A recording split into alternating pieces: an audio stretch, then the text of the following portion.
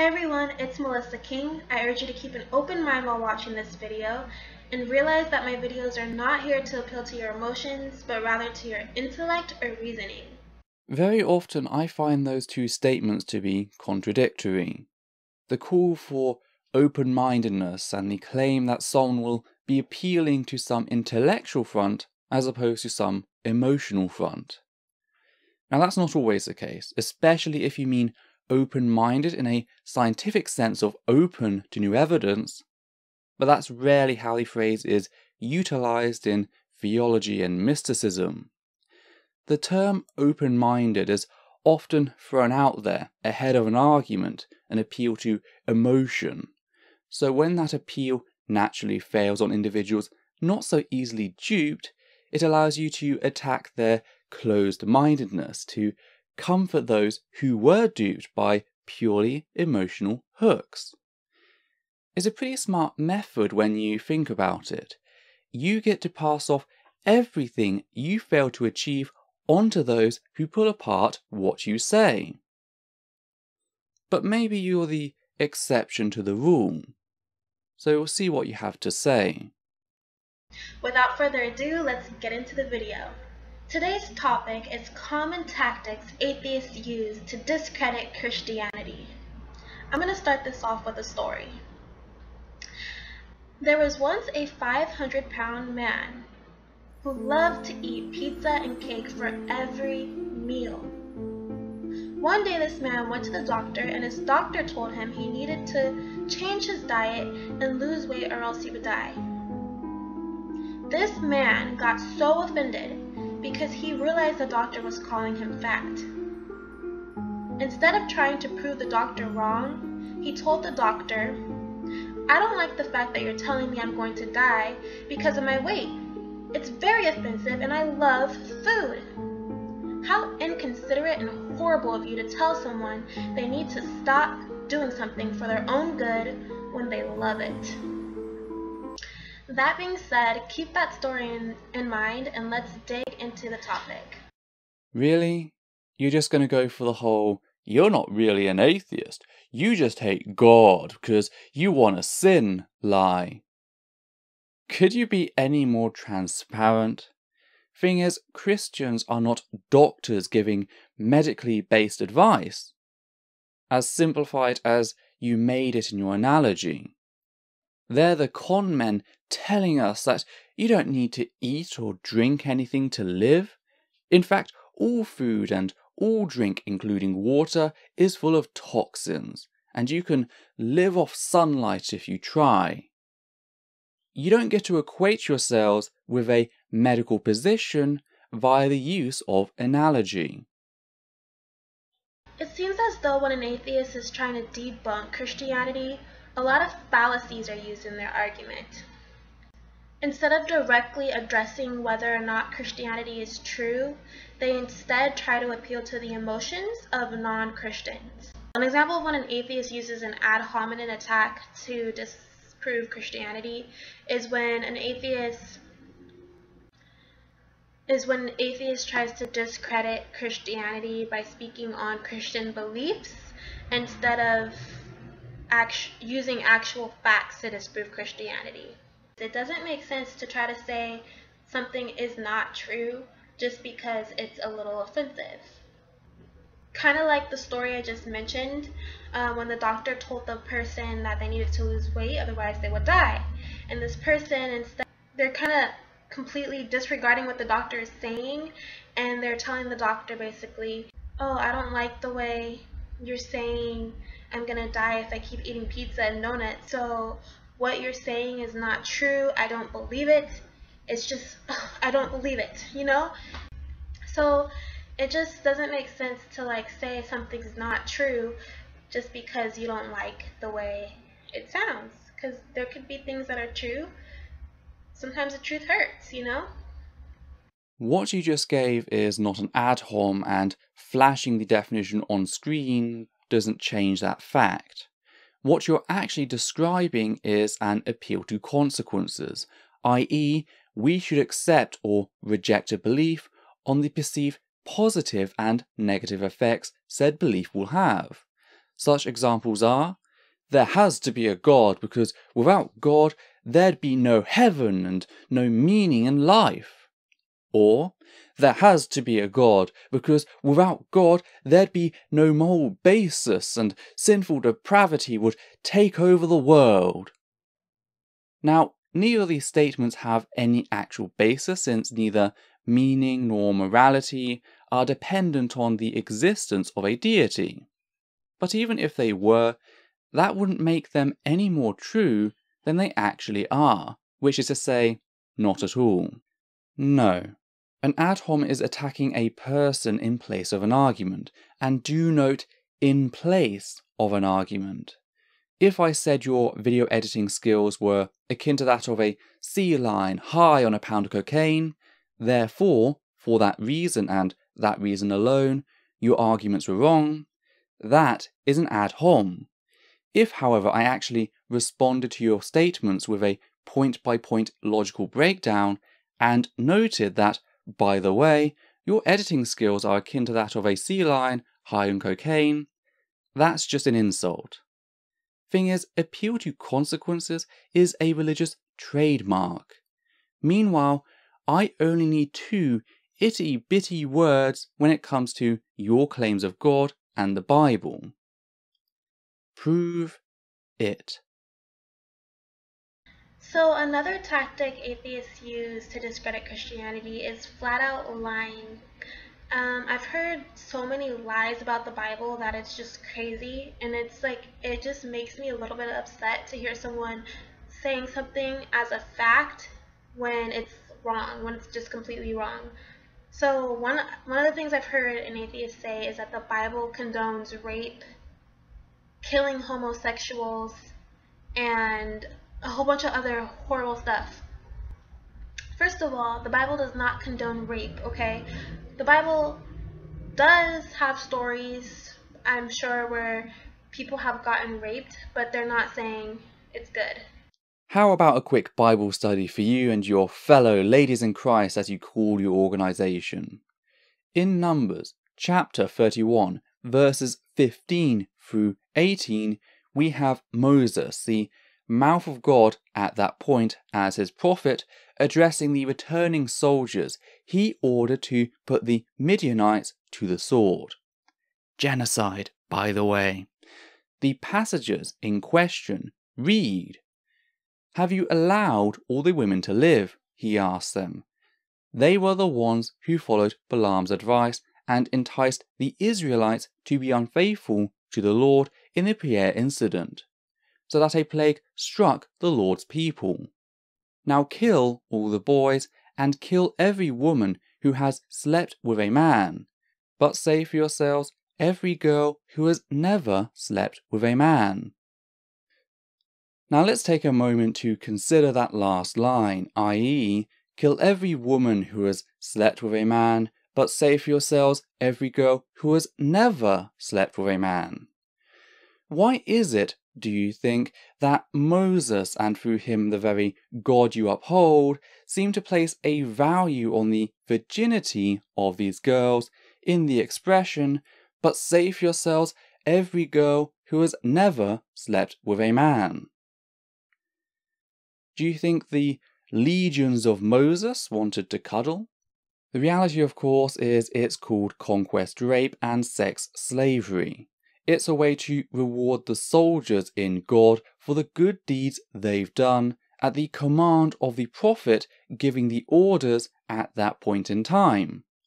Since they didn't have an understanding of genetics and only ever cared about the male genealogy, sparing the virgin girls didn't conflict with their goal of genocide, whilst offering them ways to rape their numbers higher and higher. Fact is, this is merely one of multiple accounts of your God not only allowing for, but ordering mass rape. So it looks like someone didn't read their Bible. So just like in history, right? History. There's been slavery, there's been the Holocaust, there's been a whole bunch of things in history. But just because it's written down in the history book doesn't mean that they're condoning it. They're just telling you what happened. When you march up to attack a city, make its people an offer of peace. If they accept and open their gates, all the people in it shall be subject to forced labour, and shall work for you. If they refuse to make peace and they engage you in battle, lay siege to that city. When the Lord your God delivers it into your hand, put to the sword all the men in it. As for the women, the children, the livestock, and everything else in the city, you may take those as plunder for yourselves, and you may use the plunder the Lord your God gives you from your enemies. But please do tell me how, and you may use the plunder the Lord your God gives you from your enemies doesn't mean that he supports, among other things, conquest rape and sex slavery, remembering that the women were listed as property they may take. Please do, as it's been a good while since I had such a laugh. But it's not just conquest rape I like to bring up, but what about slavery? In the passage alone I just mentioned, remembering that if they had actually surrendered, that was what would happen to them. They became slaves. But let's move away from the Old Testament. Let's bring it to the New. Slaves, obey your earthly masters with respect and fear and with sincerity of heart, just as you'd obey Christ. Obey them not only to win their favour when their eye is on you, but as slaves of Christ, doing the will of God from your heart. Serve wholeheartedly as if you were serving the Lord, not people, because you know that the Lord will reward each one for whatever good they do, whether they are slave or free. Ephesians chapter 6 verses 5 through 8. This is New Testament stuff and would have been the first thing on my mind were I a Christian talking and defending the Bible's immorality. So why then have you missed it? Have you not read either the Old or New Testament? Are you running a group on Christianity with only the knowledge you've had passed to you by the church's cherry-picked sermons? Or maybe that history is just too painful. I mean, white Christians were giving sermons on how to tame African slaves using the Bible. And from what I've seen here, they succeeded. That to me is the greatest harm the West inflicted on you. It taught you to not only respect your apparent abusers, but worship them for it. And it wasn't just the slaves we could ship on out. It was everyone, as missionaries flooded your nations and destroyed your culture, your identity, to the point that you could only be thankful for the hollow husk they replaced it with. For that I am sorry. All I can do now is give you the information you are so clearly lacking. So that's one thing. Killing homosexuals, like what the heck? The Bible does not condone killing homosexuals. We don't, no, we don't. Yeah, so I can assure you there's nothing in the Bible that is encouraging Christians to kill homosexuals. It's just not there. If a man has sexual relations with a man, as one does with a woman, both of them have done what is detestable. They are to be put to death. Their blood will be on their own heads. Leviticus chapter 20, verse 13. These are the holy laws laid down in the name of your God by his apparent prophet, and has been the origin for the way non-heterosexual people have been treated throughout history. There are, obviously always going to be people, Christians, atheists, Buddhists. No, I don't know about Buddhists, but you never know. What's it called? The people who worship Allah, what are they called? I'm forgetting the name right now for some reason. But, there's good and bad in every religion. There's good and bad in every race. There's good and bad in every person. So... No. Nearly every culture, save for those in the Middle East, knew of and accepted non-heterosexuality as a natural occurrence. Sure, they didn't always embrace it. They very often saw it as effeminate and thus degrading because being a woman was degrading. But the worst that would happen in any of these cultures really was you'd be mocked behind your back. And that's really it. That's all I found. From the early Vikings to the Native Americans, both North and South, to the East and yes, even Africa, we find cultures that either tolerated non-heterosexuality or actually embraced it and worshipped it as divine. For a start, same-sex union wasn't ruled illegal in the Roman Empire until the 4th century CE, the adoption of Christendom and the Theodician Code. And it's from there, the Theodician Code, written at the start of Christian Rome, which described the punishment for homosexuality as death, where it all spread from like a plague. The conquistadors took it to South America, where those found practicing would either be burnt at the stake or torn apart by dogs. The colonialists took it to India and wrote Section 377 in the Indian Penal Code in 1860, which criminalized non-heterosexual love.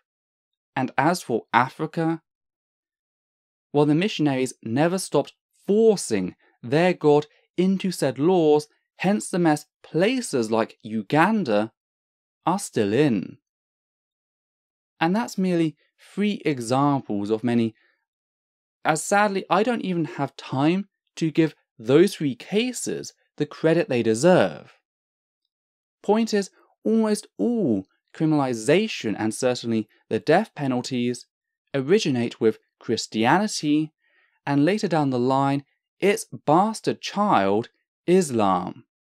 The Jews never really had the sort of national power until Israel, at which point pink-washing became too inviting. But please, learn your history.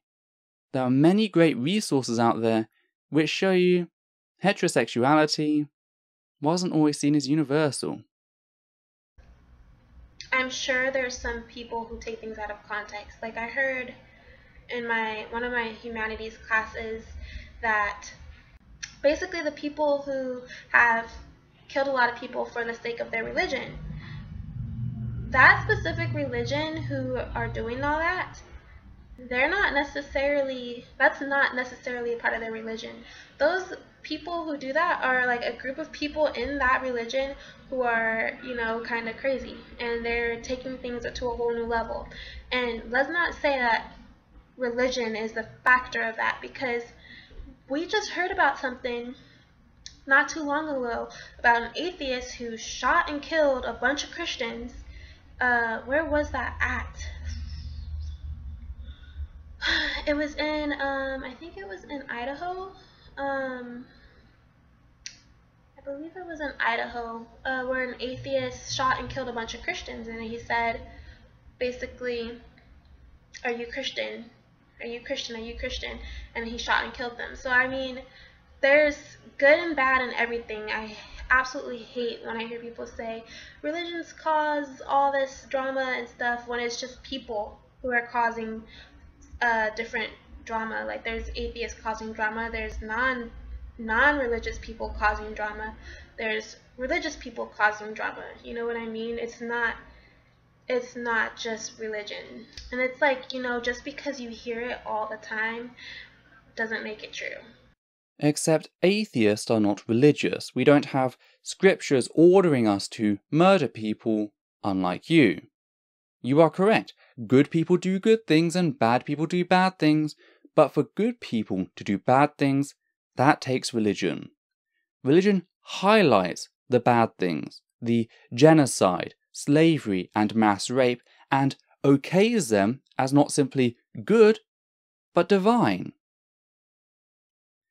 Can you show me where in the non-existent atheist Bible it does the same? Fact is, none of this relates to proving or disproving a deity. You're correct on that at the very least.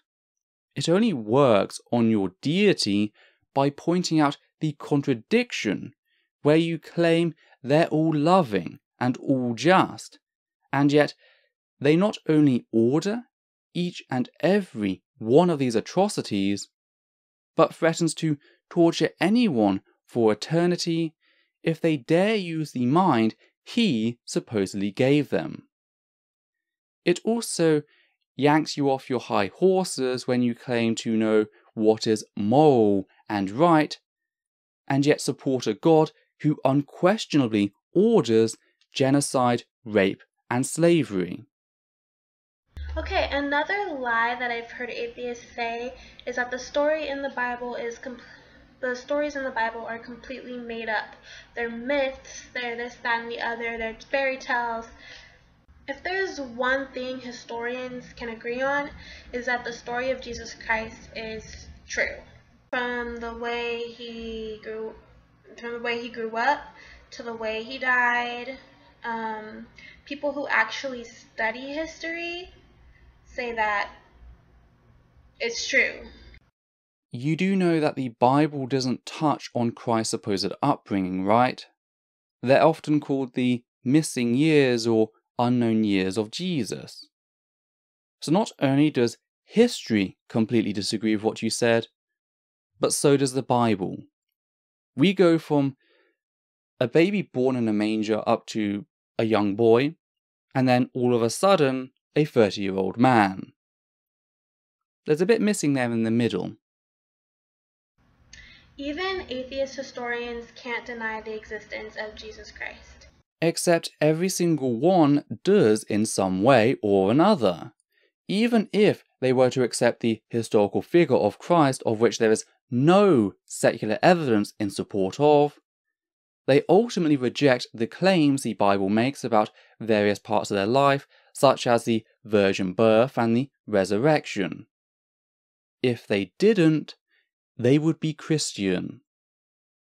The very existence of atheists therefore proves you completely wrong. There are other historic documents outside of the Bible which talk about Jesus Christ, which talk about Jesus, and they actually line up with what the Bible says about Jesus.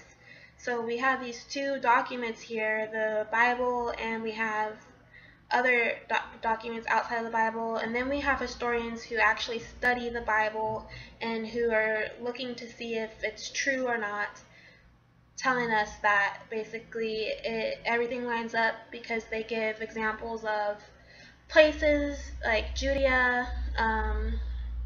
They give names of people who ruled during that time. It's an actual historic document, especially the New Testament. It's history. It's a history book, you know what I mean? And I'm also going to be listing some historic documentation outside of the Bible down in the description bar below, so be sure to look at those. I talked about it briefly in my other video, but I don't feel like I was really concise on it, so just look below. Here's the thing. I don't care what unnamed historians have apparently asserted. I care about what they have demonstrated, and more importantly, what you can demonstrate. The Bible mentioning names and places only means that the people who wrote the Bible knew of names and places. The Spider-Man comics are set in New York. Does the existence of New York prove the existence of Spider-Man? As for the quote, evidence you linked below, we have the usual stuff.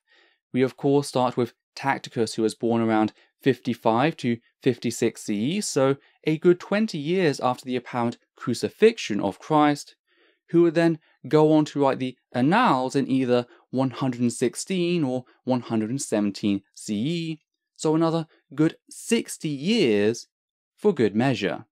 Tacticus had no access to Christ, nor those who did, and therefore was simply writing down the beliefs Christians had.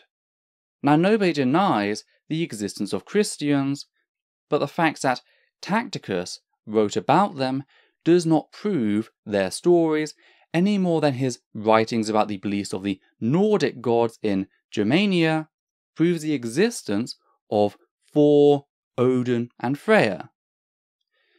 Then, of course, the other is Josephus, namely the Josephine forgeries. Josephus was born 37 CE, so several years after the supposed crucifixion. Then their book, Antiquities of the Jews, which was written 93 or 94 CE, was edited to include strong mentions of Christ.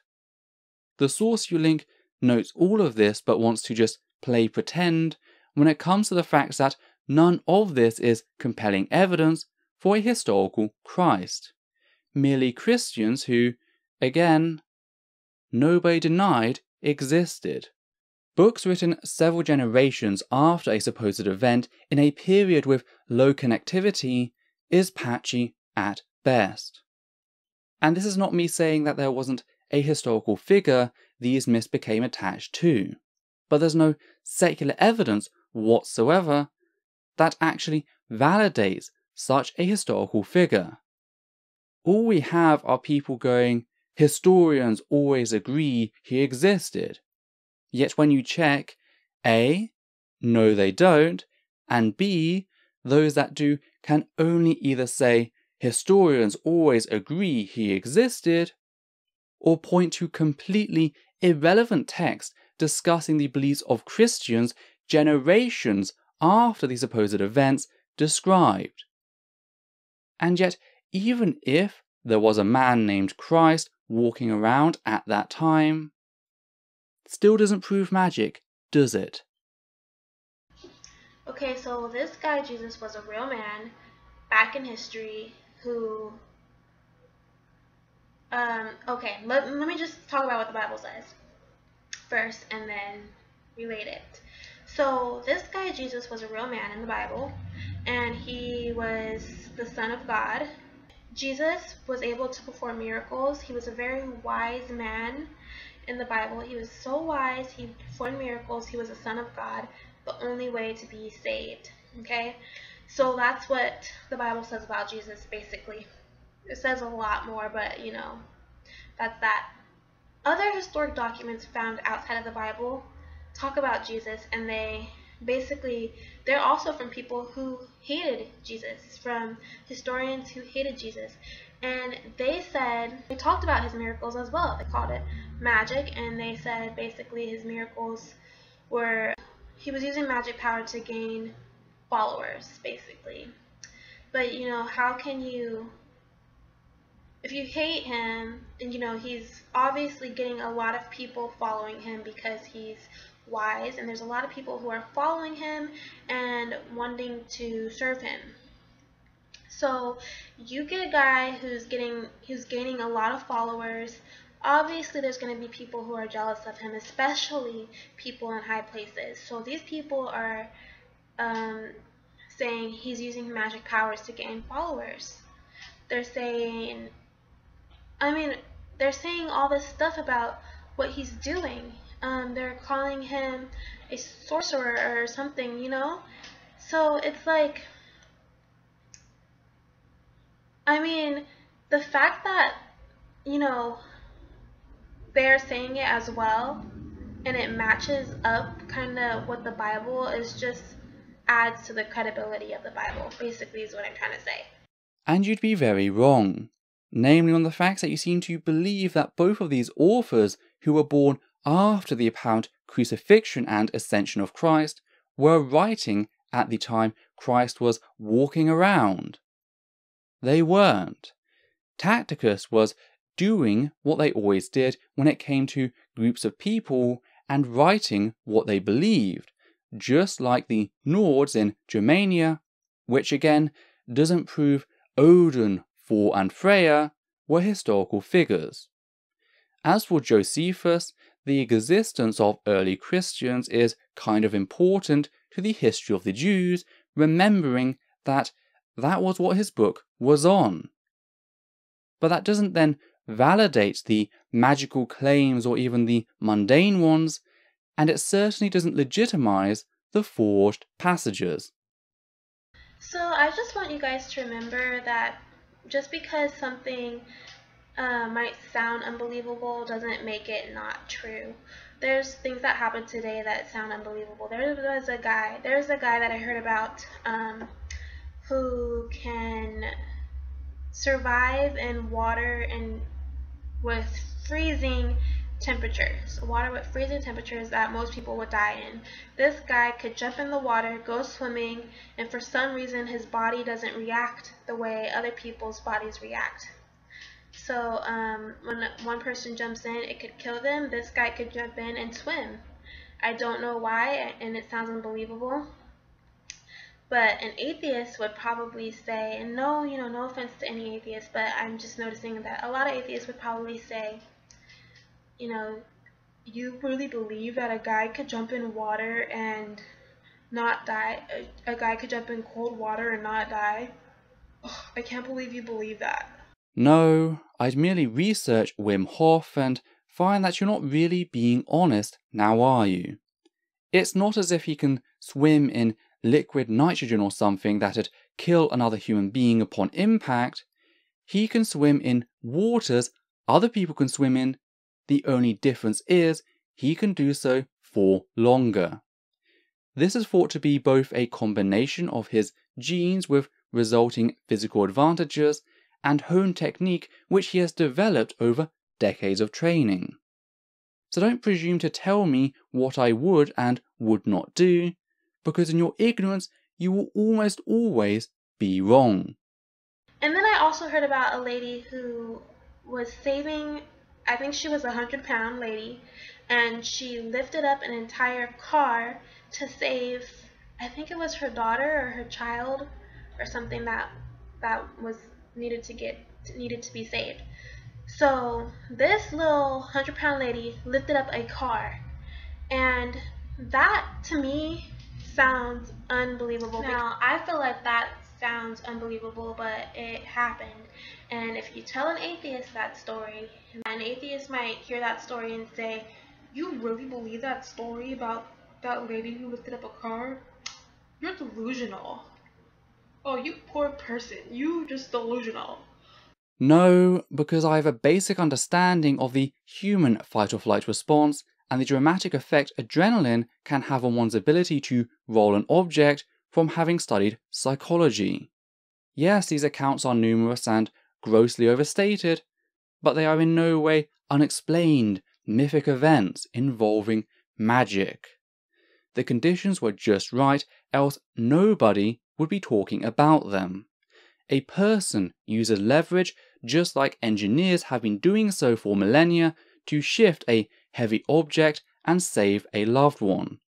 Then when it's reported, that feat is dramatically up from a person rolling over said car to said person having lifted the car clean above the head and throwing it 50 feet to the right. All because of the haze of the moment. We like to exaggerate as a species. I mean, you told me you'd be appealing to my intellect, and so far all you've done is appeal to ignorance. So you're not immune from exaggeration, it would seem. And also, another thing is, science doesn't explain everything. Some things are just unbelievable, and then, they go back and they try to say why it's possible. So you could look up that lady, and then they will basically say, psychology makes it so that, they'll try to explain the unbelievable.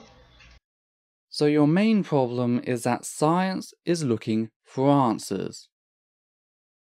How sad is it that you'd rather wallow in your ignorance than try to find out why something works the way it does?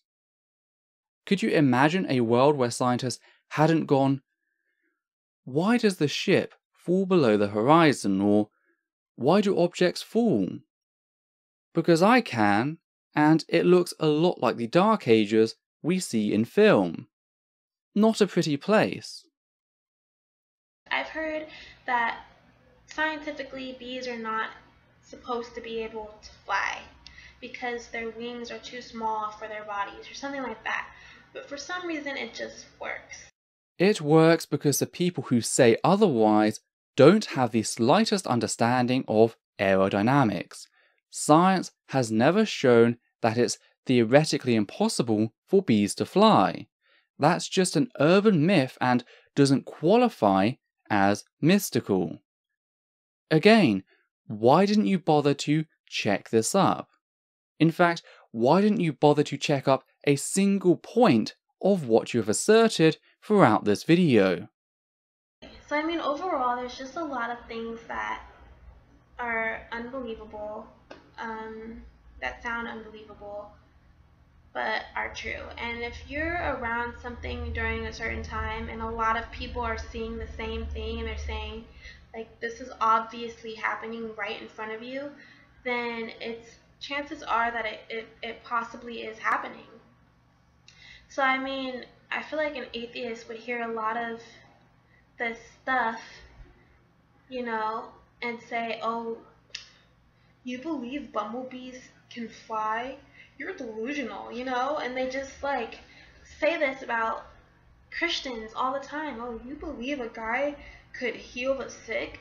You're delusional. And the fact is, if a lot of people back then are saying it happened, and you're not only hearing it from one person, but you're hearing it from hundreds of people. You're hearing it from people who hated this guy, talking about him using sorcery or him using witchcraft or him, you know, people who hated this guy can't even deny the fact that he's doing some miraculous things. So, and they're documenting this. So if I was around right now, which I am, and then there was you, and then there was maybe my mom, or, you know, there's just a bunch of people around, and we all see something crazy. We all see something happen that's crazy. And we know that it's impossible, but the fact is that it's happening right in front of our eyes. We're all seeing it. Okay? And then the same thing happens, and now another group of people are seeing it, and another group of people are seeing it, another group of people are seeing it, and people are seeing this happening right before their eyes.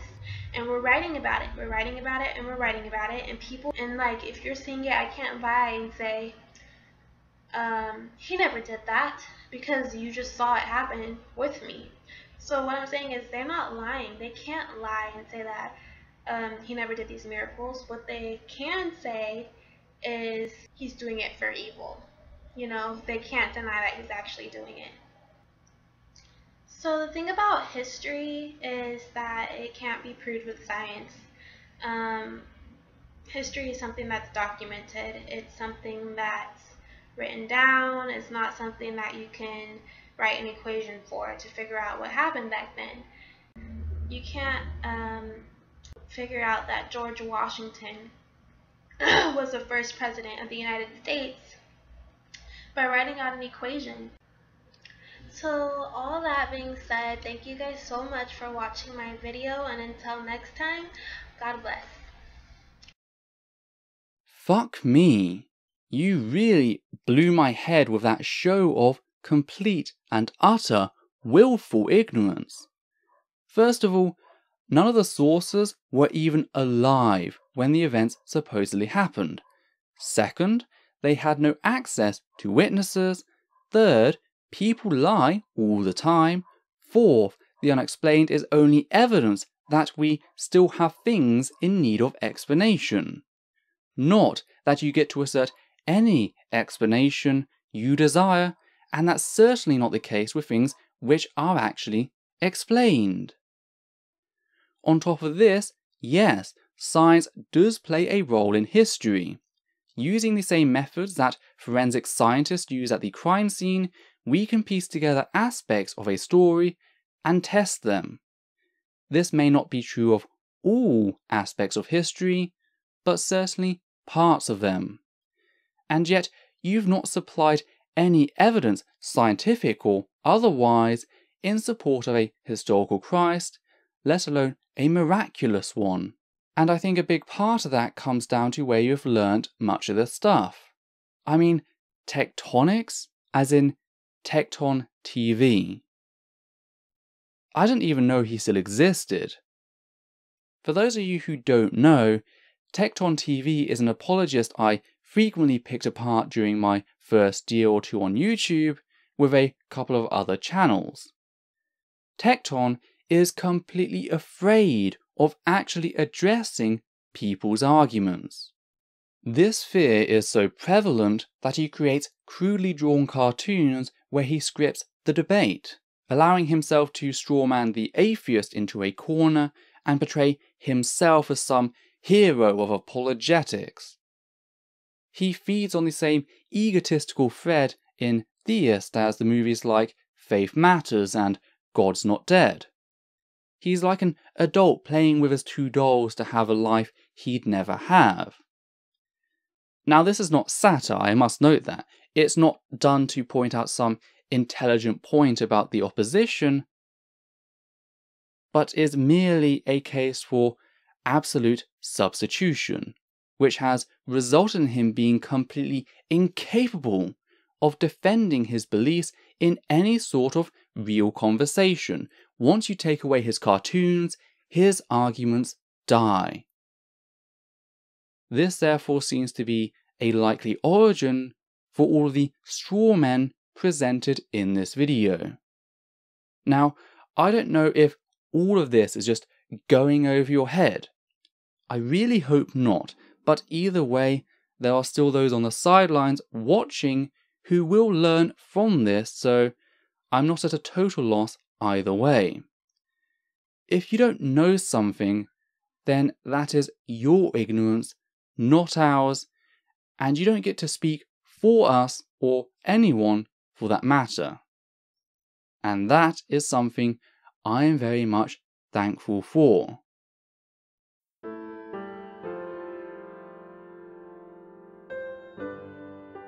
There are a few things which I'd just like to add here at the end of this video. The first is a massive thank you to everyone who has ever donated to me via Patreon. Your fantastic support has given me the ability to keep this channel going, and I hope to continue producing content in the years to come. Secondly, I would like to thank anyone who has ever interacted with this channel. Your shares, likes and dislikes, as well as your comments of both approval and disapproval, have ensured constant feedback, allowing me to improve my work. Last of all, I would like to express my desire that you treat any of the people displayed throughout the video with respect. Whilst it is true that ideas do not demand respect, and there are many in fact which deserve reprehension, we must be careful on how we tackle said ideas in ensuring we are not simply targeting the person. In short, be the compassionate side of reason. So take care, and I'll see you next time.